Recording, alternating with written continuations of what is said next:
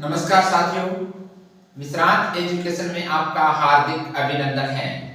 आज हम पढ़ने वाले हैं शिक्षा मनोविज्ञान की परिभाषाएं।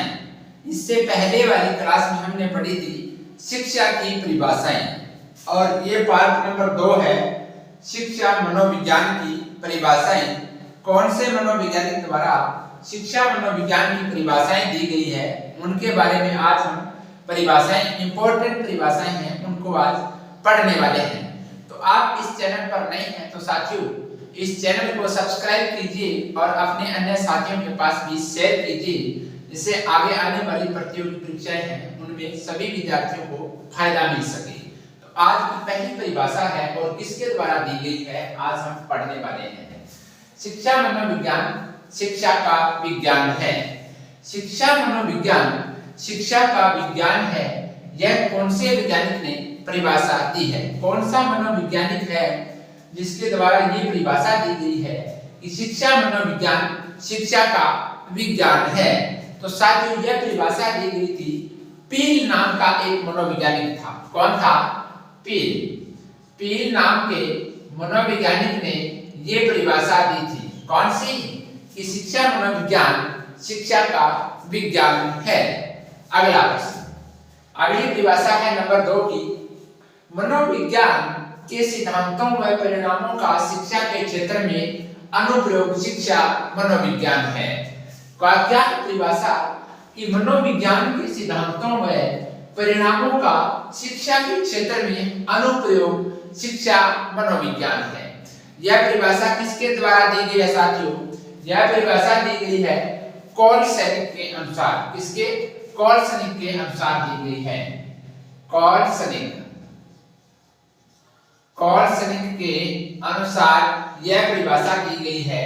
इसमें परिभाषा में क्या बताया है कॉलसनिक ने कि मनोविज्ञान के सिद्धांतों व परिणामों का शिक्षा के क्षेत्र में अनुप्रयोग शिक्षा मनोविज्ञान है। अगली परिभाषा है, ये परिभाषा थोड़ी बड़ी है लेकिन इंपॉर्टेंट है। शिक्षा मनोविज्ञान वैज्ञानिक विधि से प्राप्त किए जाने वाली मानव प्रतिक्रियाओं के उन सिद्धांतों के प्रयोग को प्रस्तुत करता है जो शिक्षण और अधिगम को प्रभावित करता है। क्या कहा गया है और किसके द्वारा बताया गया है कि शिक्षा मनोविज्ञान वैज्ञानिक विधि द्वारा प्राप्त किए जाने वाले मानव प्रतिक्रियाओं के उन सिद्धांतों के प्रयोग को प्रस्तुत करता है जो शिक्षण और अधिगम को प्रभावित करता है। यह परिभाषा किसके द्वारा दी गई है साथियों? एलिस क्रो के द्वारा दी गई है। किसके द्वारा? Alice Crow. हमारा आंसर रहेगा एलिस क्रो ने यह परिभाषा दी थी जिसमें कहा गया कि शिक्षा मनोविज्ञान मनोवैज्ञानिक विधि से प्राप्त किए जाने वाले मानव प्रतिक्रियाओं के उन सिद्धांतों को के प्रयोग को प्रस्तुत करता है जो शिक्षण और अधिगम दोनों को, इसको 1 नंबर में शिक्षण है और 2 नंबर में अधिगम को प्रभावित करता है।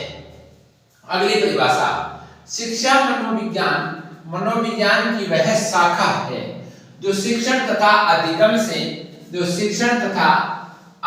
से संबंधित होती है। क्या होती है? संबंधित। इसमें तो क्या है? शिक्षण और अधिगम को प्रभावित करता है। ठीक है, ये परिभाषा दी थी एलिस क्रो के द्वारा। और इसमें क्या है? मनोविज्ञान की वह शाखा है जो शिक्षण तथा अधिगम से संबंधित है। इसमें क्या है? संबंधित है। यह परिभाषा किसने दी थी? यह परिभाषा दी गई साथियों स्किनर द्वारा। किसके द्वारा? हमारा आंसर रहेगा स्किनर। क्या रहेगा? स्किनर, यानी स्किनर ने यह परिभाषा दी है।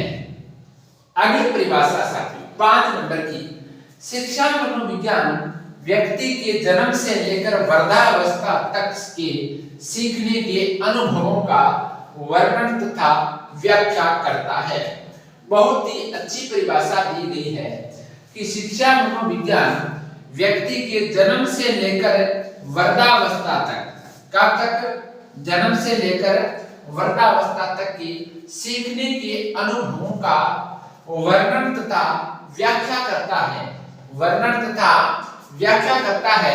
यह परिभाषा किसके द्वारा दी गई है? तो आप भी बताइए साथियों कमेंट बॉक्स में, यह परिभाषा किसने दी? क्रो एंड क्रो के द्वारा दी गई है। हमारा आंसर रहेगा क्रो एंड क्रो मनोवैज्ञानिक है, इसने यह परिभाषा दी। इसने क्या कहा शिक्षा मनोविज्ञान के बारे में कि शिक्षा मनोविज्ञान व्यक्ति के जन्म से लेकर वृद्धावस्था तक सीखने के अनुभवों का वर्णन तथा व्याख्या करता है। बहुत ही महत्वपूर्ण परिभाषा बताई गई है। छठी परिभाषा है शिक्षा मनोविज्ञान शैक्षिक विकास का क्रमबद्ध अध्ययन है। बहुत ही महत्वपूर्ण परिभाषा है, छोटी सी परिभाषा है कि शिक्षा मनोविज्ञान शैक्षिक विकास का क्रमबद्ध अध्ययन है। ये परिभाषा दी गई है स्टीफन के द्वारा। किसके द्वारा? स्टीफन के द्वारा परिभाषा दी गई है। हमारा आंसर रहेगा स्टीफन। क्या रहेगा? स्टीफन ने यह परिभाषा दी। इन्होंने कहा कि शिक्षा मनोविज्ञान शैक्षिक विकास का एक क्रमबद्ध अध्ययन है। अगली परिभाषा मनोविज्ञान वातावरण के संपर्क में होने वाले व्यक्ति के व्यवहारों का विज्ञान है। बहुत ही अच्छी है। क्या है? व्यवहारों का विज्ञान है। ये किसने कहा कि मनोविज्ञान वातावरण के संपर्क में होने वाले व्यक्ति के व्यवहारों का विज्ञान है। यानी व्यवहार शब्द आ गया तो व्यवहार शब्द किसने दिया? वुडवर्थ ने। हमारा आंसर है वुडवर्थ। क्या है? वुडवर्थ हमारा आंसर रहेगा। पहली परिभाषा थी साथियों कि शिक्षा मनोविज्ञान शिक्षा का विज्ञान है। ये पील मनोविज्ञानिक ने परिभाषा दी। दूसरी थी मनोविज्ञान के सिद्धांतों में परिणामों का शिक्षा के क्षेत्र में अनुप्रयोग शिक्षा मनोविज्ञान है। ये परिभाषा दी थी कॉल सेलिक ने। तीसरी परिभाषा थी कि शिक्षा मनोविज्ञान वैज्ञानिक विधि से प्राप्त किए जाने वाले मानव प्रतिक्रियाओं के उन सिद्धांतों के प्रयोग को प्रस्तुत करता है जो शिक्षण और अधिगम दोनों को प्रभावित करता है। शिक्षण और अधिगम को प्रभावित करता है। ये एलिस क्रो द्वारा परिभाषा दी गई थी। चौथी परिभाषा थी कि शिक्षा मनोविज्ञान की वह शाखा है जो शिक्षण तथा अधिगम से संबंधित होती है। स्किनर ने दिया था। पांचवा शिक्षा मनोविज्ञान व्यक्ति के जन्म से लेकर वृद्धावस्था के सीखने के अनुभवों का वर्णन तथा व्याख्या करता है। ये परिभाषा दी गई है क्रो एंड क्रो के द्वारा।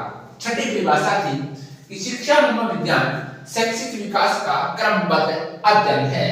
ये परिभाषा दी है स्टीफन ने परिभाषा दी है। सातवीं परिभाषा मनोविज्ञान वातावरण के संपर्क में होने वाले व्यक्ति के व्यवहारों का एक विज्ञान है।